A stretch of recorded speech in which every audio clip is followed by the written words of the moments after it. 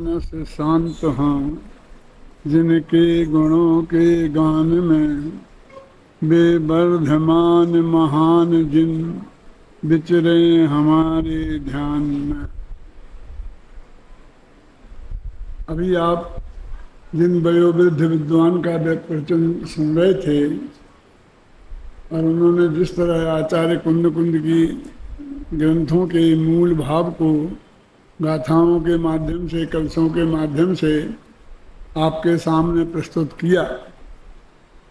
आप लोग समय सार के अभ्यासी हैं, तो आप लोगों को ख्याल में आता गया होगा कि वे क्या चर्चा कर रहे हैं। दंशन ज्ञान चरित्राणी सेव दव्याणी साहुणान चम जान पुणतान जिन्नवी अपानम चैव निच्छेदो हैं व्यवहारेण बदस्य जीवस्य चरित्र दंशनम नानम न विज्ञानम न चरित्रम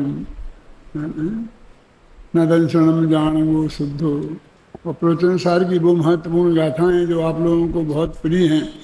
पज्जय मूढ़ा ही पर समया अथो खलु दब्बमयो। उन्होंने जिस तरीके से आपके सामने अत्यंत थोड़े समय में और कुंद कुंद की भावना को उनके वचनों के साथ प्रस्तुत किया है, उसके बाद फिर अपन को कुछ कहने के लिए नहीं रह जाता है उनकी विद्वत्ता के संदर्भ में। वे दिगंबर जैन समाज के बहुत उच्च कोटि के विद्वान हैं। हमारा 50 वर्ष पुराना परिचय है, कोई नया का नहीं है। सन 65 में जब भारत पाकिस्तान का झगड़ा हुआ था, लाल बहादुर शास्त्री थे, तब मैं मैनपुरी गया था परिसर में। बहुत आते थे भाई साहब भी। हाँ, भाई साहब भी आते थे, तो सबसे परिचय है। फिर कई दफे बीच में मिलते रहे, लेकिन उत्तरी दक्षिणी ध्रुव में रहे, लेकिन रुचि तो एक सी ही थी, है ना।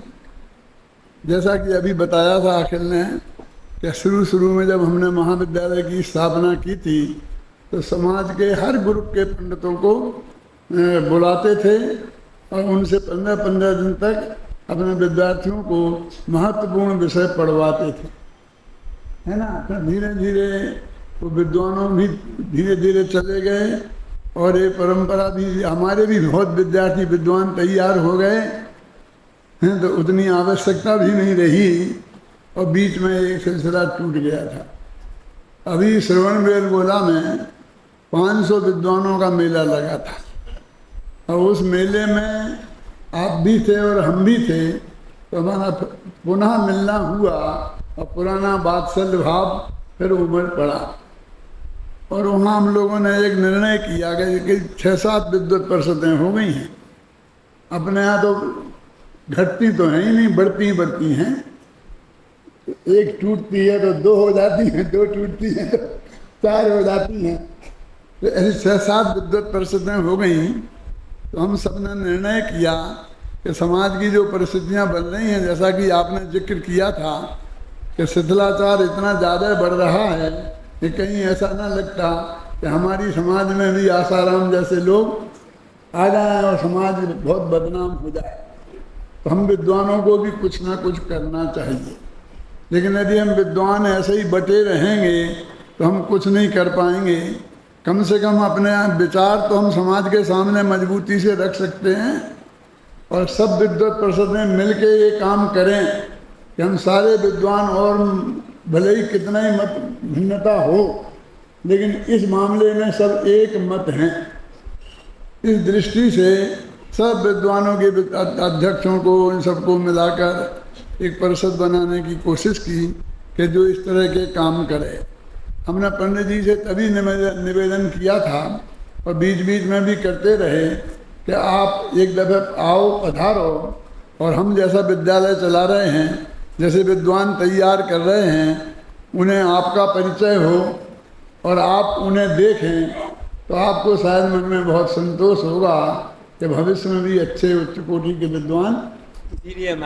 हाँ, इसलिए पधारे पंडित जी। तो इस तरह से वो सद्भाव समाज में फिर दोबारा कायम हो, इस भावना से हमने बार बार मिलने का नक्की किया। कभी हम आपके यहाँ जाएंगे, कभी आप कभी हमारे यहाँ आएंगे, कहीं यहाँ कहीं जगह जगह मिलकर और कोई ना कोई रास्ता निकालेंगे कि कैसे क्या किया जा सकता है, इस भावना से। तो वो पंडित जी की उम्र है शायद मेरे से भी बड़े होंगे, नहीं नहीं आपसे छोटे साल 2 साल छोटे हों या बड़े हों कोई फर्क नहीं पड़ता, लेकिन बहुत बुजुर्ग विद्वान हैं। वहाँ से यहाँ तक आना प्लेन व्लेन तो है नहीं। हमने तो कहा था कि आप आगरा आ जाओ, आगरा से प्लेन से पधार जाना, लेकिन आप बोले कि नहीं नहीं मैं प्लेन से नहीं आऊँगा। तो हमने कहा आप टैक्सी लेकर के वहाँ से ही यहाँ तक आ जाओ, आप बिल्कुल चिंता नहीं करो। नरेंद्र प्रकाश जी से भी निवेदन किया था, उनने भी मंजूरी दी थी, और हमें इस बात का बहुत दुख है।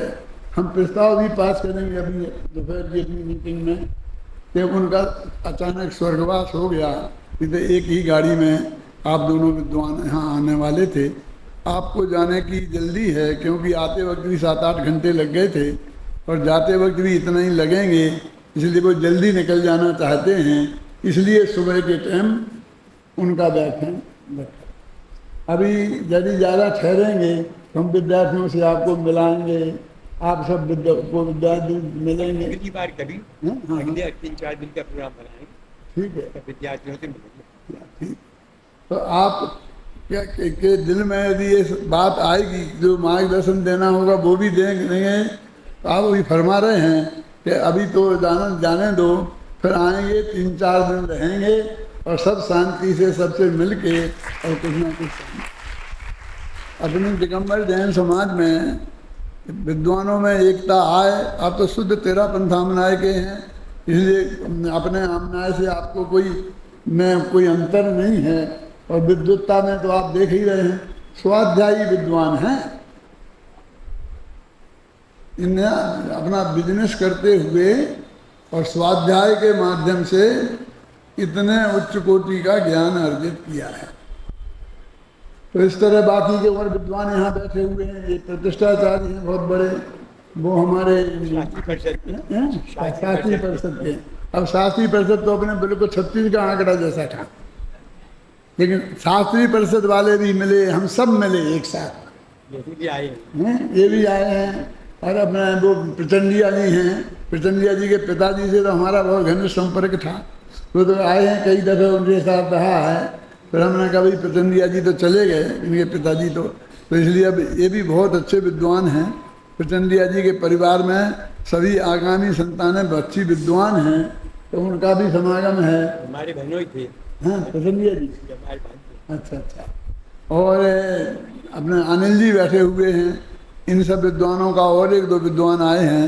दोपहरी में 2 बजे से 4 बजे के बीच में इनके विद्वानों के विचार सुनने को मिलेंगे, और आप लोग सब लोग लाभ लें।